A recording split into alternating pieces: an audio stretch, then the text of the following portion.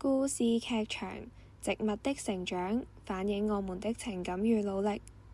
喺一個小花園入邊，Oscar 種下咗一粒小種子，期待住佢嘅長大。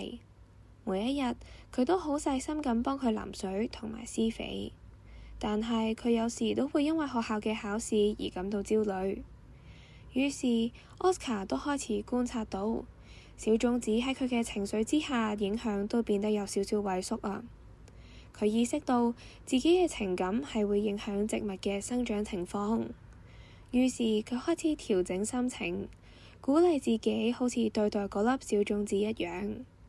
喺佢自己嘅悉心照料之下，小種子終於發芽啦，生成一朵好靚嘅花。呢一件事話畀 Oscar 聽，情感同埋努力係互相作用嘅，我哋嘅內心世界都會影響到外在嘅成長。想聽更多故事，可以致電27178899撳2字，或者喺 YouTube 搜尋小樹窿電台 Podcast 頻道重溫。拜拜。